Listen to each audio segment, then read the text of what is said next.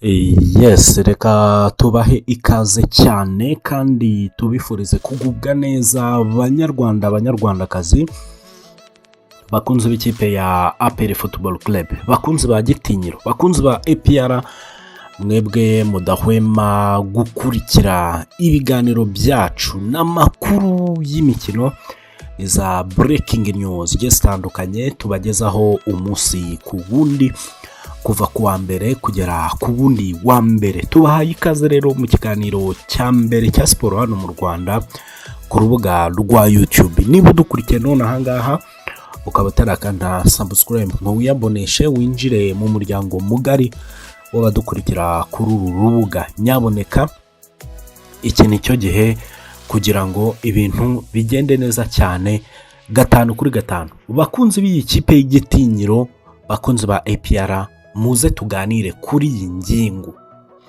Message ni nyinshi, ubutumwa bw'abafana b'ikipe ya APR ni benshi, abo tubana muri group, muri comments zigiye zitandukanye, haba ku mbuga nkoranyambaga, ubutumwa ni bwinshi pe. Bugira buti kasije zo tubwire, APR iracyari ku isoko ry'umwataka, APR ku mwataka yabivuyemo, tubwire APR bigeze he. Byari bimaze kuba too much pe.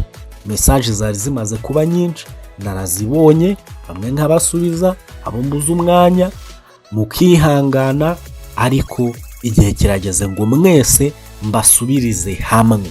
Niyo mpamvu iki kiganiro tugikurikire neza, tureke kugendera kuri thumbnail na title kugira ngo ibintu bigende neza cyane. Buriya titre y'ikiganiro ijyaho inyuguti zitarenze 100 iyo uri kwandika. Abantu mukoresha urubuga rwa YouTube muri kweditinga, muri no kwa uploadinga, murabizi ikiganiro kiba kigizwe n'iminota 10, 15, 10. Ntabwo ibintu byose umuntu yavuze mu kiganiro yabishyira muri title. Niyo mpamvu usanga title akenshi ziba zirimo utuntu tw'ingenzi umuntu yavuze mu kiganiro. Niyo mpamvu umuntu aba gusaba gukurikira ikiganiro cyose. Hanyuma mbere yuko twinjira muri ayo makuru, mara impungenge abakunzi b'ikipe ya APR Football Club, murabizi ko twese muri rusange nk'abakunzi b'ikipe ya APR icyo dusabwa ni kimwe.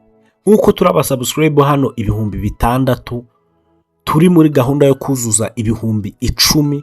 Nubwo hajemo ibibazo, ariko nababwiye ko ngewe ntazahagarika gukora, kuko kubera ikibazo cya demonetization ntabwo nkora kugira n'ubundi muri siporo nta mafaranga menshi abamo. Hari abantu njya numva bavuga ngo umuntu ari kwishakira umugati.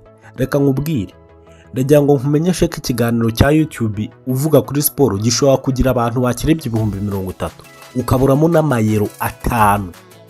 Abaye menshi mu kiganiro gifite 30,000, abaye menshi yaba ari amayero 7. Ibiganiro bya siporo bigira 30,000 ni bingahe? Byinshi ushanga biri mu 1,000, 2,000. Ikiganiro cya siporo cyagize views 1,000, nta n'ibice 50 by'amayero biba birimo, nta n'iyero rimwe ryuzuye, ni ibice nka 30 na 50 na 20. Rero niyo mpamvu nubwo channel yanjye bayidemonetiza, ibiganiro byanjye bizakomeza. Sinshobora kuzongera gushinga indi channel, narabibasezeranije ubwo kuri Rwanda 45 News twagiraga ibibazo nkashinga iyi. Nababwiye ko nta yindi YouTube tuzongera gushinga, ibiganiro byacu tuzabikomereza hano. Hanyuma ubwo narimbe komoreshe ku bantu bashaka kwinjira muri group yacu WhatsApp, ko unyandikira kuri 043 99 12 18 ukangati kasage zo ndo umukunzi wa APR ngukurikira ku rubuga rwa YouTube, nshyira muri group. Ibyo ngibyo impamvu mba mbikubwira icyo mba mbikorera kuba ari kugira ngo nyine, kubera ko iyi nimero mba nabahaye nayo nkoresha mu buzima busanzwe, nirinda kubaha nimero ntakoresha. Iyi nimero mba nabahaye nkoresha mu buzima busanzwe. Niyo mpamvu nyine nkubwira ngo nujya kunyandikira unsobanurire, umbwete mvuye kuri YouTube nshyira muri group, kuko iyo nyandikiye ngo hayi gusanga umeze ute, ibyo ngibyo ntabwo byatuma ngushyira muri group, kuko sinagusa ntabwo nagutandukanya n'abandi. Ko nakubwiye ko nimero yanjye ari nayo nkoresha mu buzima busanzwe. Rero byaba byiza iyo unyandikiye unsobanuriye kugira ngo nyine mbone uko ngushyira muri group, ibintu bimeze neza cyane gatanu kuri kagenzi kako. Hanyuma rero reka twinjire bakunze ikipe ya APR. Ikipe ya Nyamukandagira yamaze gusinyisha umuzamu. Izamu ryari rikenewe cyane. Ku munsi w'ejo nakoze inkuru y'umukinnyi witwa Ishimwe Pierre Mario. Bakunze b'ikipe ya APR, reka mbabwire ikintu. Ejo amakuru y'umuzamu wanyu witwa Ishimwe Pierre Mario akimara gusohoka, numvishe radiyo imwe hano mu mujyi wa Kigali irimo ivuga ibintu bigiye bitandukanye ku banyamakuru batangaza inkuru za APR. Banyarwandakazi, dufite kubahana. Niba abantu barakumiriwe ku kubona amakuru ya APR nk'uko byari bimeze mbere, hanyuma abantu babagezaho inkuru za APR bazi bagezaho bakazikasa, njyewe biriya bintu mbibonamo kutubahana kw'abanyamakuru, kuko nabo bavuga izareyo kandi ntabwo ndabona umunyamakuru uzi ukasa inkuru bavuze. Rero biba bibabaje cyane, binateye n'agahinda. Gusa icyiza gihari, abafana nabo bamenye umupira, ni mwebwe bo guhitamo aho mwumvira amakuru y'ikipe yanyu y'igitinyiro. Ikipe ya APR izamu ryayo rirasukuye cyane, ko twababwiye ko Ishimwe Pierre Mario ari mu nzira zo kongera amasezerano nta gihindutse. Bivuze ngo izamu ririmo umuzamu wa mbere w'ikipe y'igihugu ya Mozambique Erinani Sirwane, rikabamo Pierre Mario, rikabamo Adolphe cyangwa se Ruhamya nkiko, bitewe n'abo bazasigarana tuzagenda tubigaruka. Ubu ntabwo twabikonfirima 100%. Izamu rirasukuye. Umutima wa defense twabonye ko Maduzone ni ikibazo kigiye nawe akagera mu Rwanda. Defense irasukuye mu gihe Nshimiyimana Yunusu nawe yaba yongereye amasezerano. Defense irasukuye. 2 na 3 Christian yamaze gusinya kuri 3, kuri 2 hari Kagege. 2 na 3 birasukuye. Nimero 6 Sekiganda na Pasi birasukuye.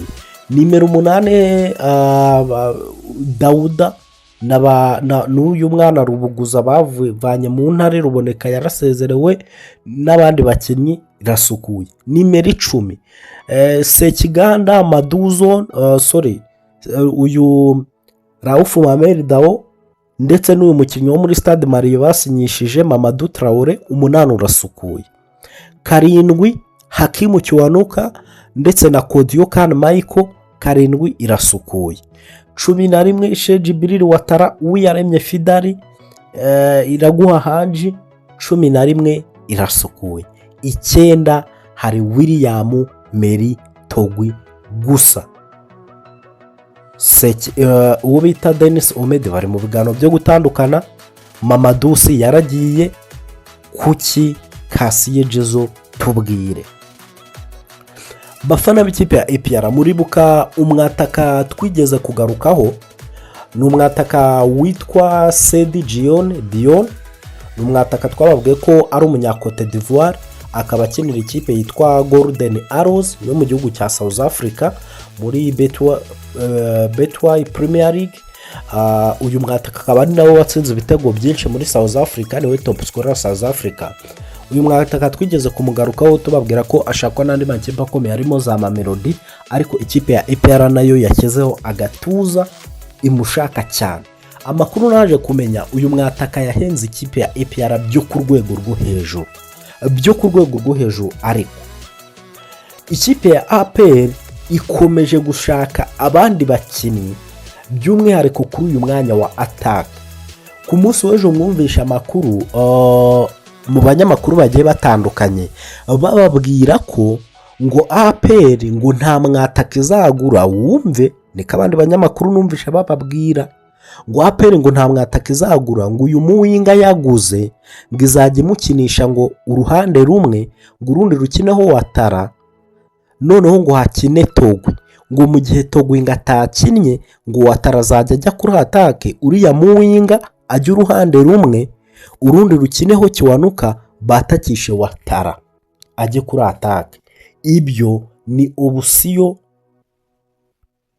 obusiyo ishoboka muri APR pe, kandi yanatanga n'umusaruro.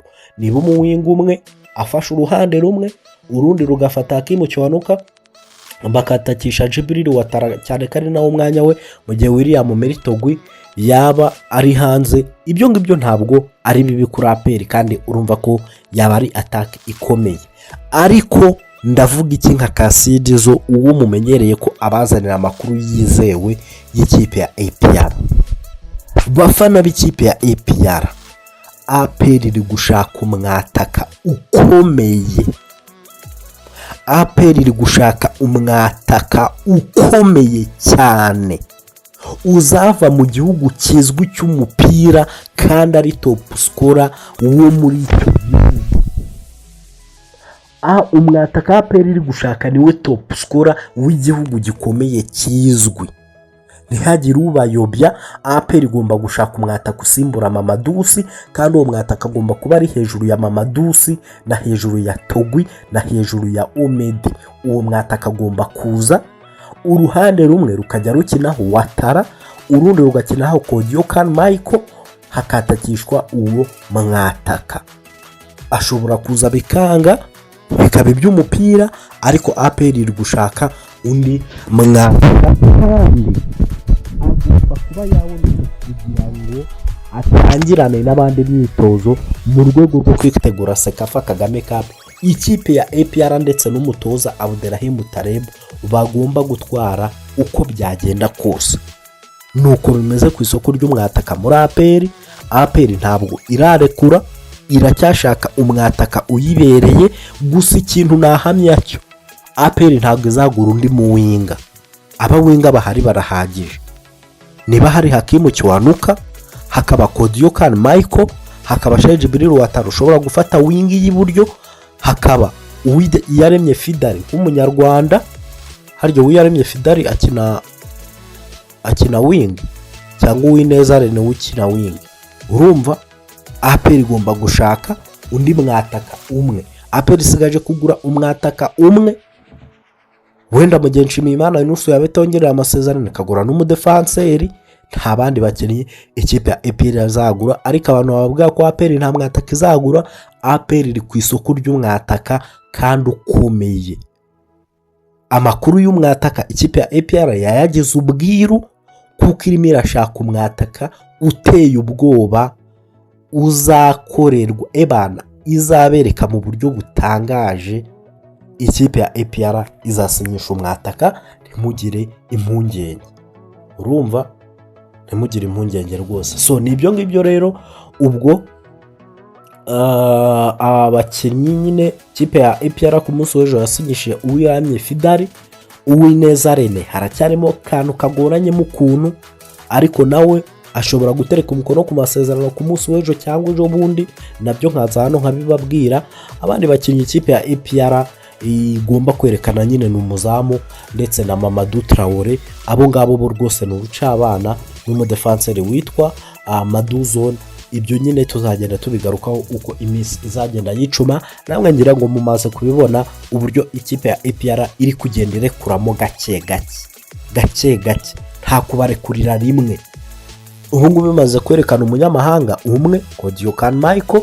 Urumva, dutegereje ko irekura undi, noneho ikanyuzamo umunyarwanda niba ari Uwiyaremye, niba ari Uwineza Rene, ikongera ikatumenamo undi mwataka, ikongera ikatumenamo wenda amasezerano mashya ya Nshimiyimana Yunusu tubwira ngo yongera amasezerano. Nyine ikagenda idutamo gake gake. Namwe muri kugenda mubona uburyo igenda itangaza ku mbuga nkoranyambaga zayo, nanjye nkayitanza hano kubibabwira. Nibyo ngibyo rero navuga kuri Nyamukandagira muri iki gitondo. Ibindi turabiganiraho muri update zigiye zitandukanye, muri za breaking news zigiye zitandukanye. Murabizi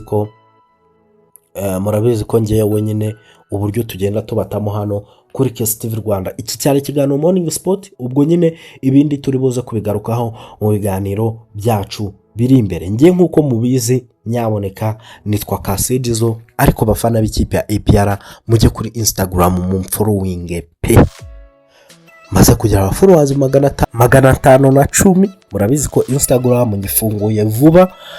Yayindi yacu twe tumaze kugeraho 7,000 ntabwo tuyikoresha. Nababwiye uko byagenze. Iyi ngiyi nyine muyifollowing turebe ko byibuze 1,000 cyakuzura. kuko poste zo ndaziba. Hanyuma Facebook nitwa Kaseji, zo TikTok nuko. Iyi yo ni KC TV Rwanda. Murabizi ko ibiganiro bya siporo nakagaruka umunsi ku munsi. Ndabakunda cyane. Asala vista.